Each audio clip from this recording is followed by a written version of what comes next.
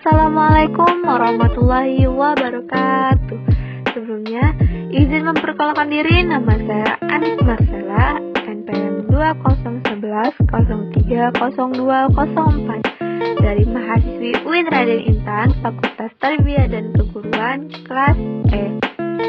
Baik teman-teman, di video kali ini saya akan membahas tentang tujuan kita mempelajari sejarah peradaban Islam. Apa itu sejarah peradaban Islam? Tujuan kita mempelajari sejarah peradaban Islam. Yuk langsung aja. Pengertian sejarah peradaban Islam. Dalam pengertian lain, sejarah adalah catatan berbagai peristiwa yang terjadi pada masa lampau, event in the past. Dalam pengertian lebih sesama, sejarah adalah kisah dan peristiwa masa lampau umat manusia. Menurut Sidi Ghazalbah, sejarah adalah gambaran masa lalu tentang manusia dan sekitarnya, berbagai makhluk sosial yang disusun secara ilmiah dan lengkap, meliputi urutan fakta masa tersebut dengan tafsiran dan penjelasan yang memberi pengertian dan kepahaman tentang apa yang telah berlalu. Selanjutnya ada beberapa hal manfaat tujuan kita mempelajari sejarah. Di antaranya adalah yang pertama, untuk mengetahui sejarah perkembangan peradaban Islam dan bagaimana proses perkembangan peradaban Islam di Nusantara.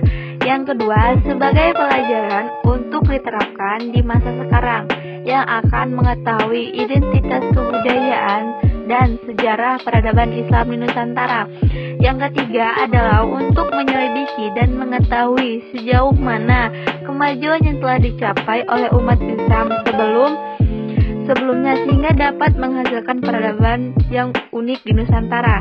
Yang terakhir yaitu yang keempat, untuk menggali dan meninjau kembali faktor-faktor apa yang menyebabkan terjadinya kemajuan Islam dalam sejarah peradaban Islam di Nusantara dan faktor apa yang pula yang menyebabkan kemundurannya. Selanjutnya yaitu tujuan kita mempelajari sejarah kebudayaan Islam di antaranya adalah yang pertama, yaitu untuk mendapatkan informasi dan pemahaman mengenai asal-usul khazanah, budaya dan kekayaan di bidang lainnya yang pernah diraih oleh umat Islam di masa lampau dan mengambil ibrah atau pelajaran dari kejadian tersebut.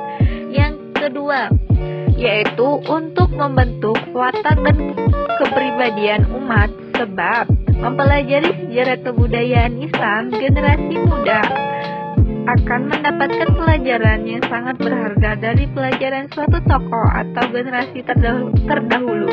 Yang ketiga, agar siswa dapat memilih mana aspek sejarah yang perlu dikembangkan dan mana yang tidak perlu, mengambil pelajaran yang baik dari suatu umat dan meninggalkan hal-hal yang tidak baik.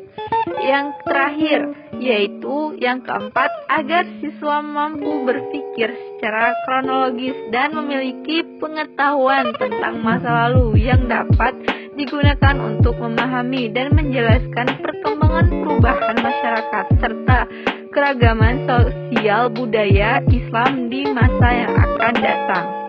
Yaitu yang terakhir adalah kesimpulan. Dan yang terakhir adalah kesimpulan.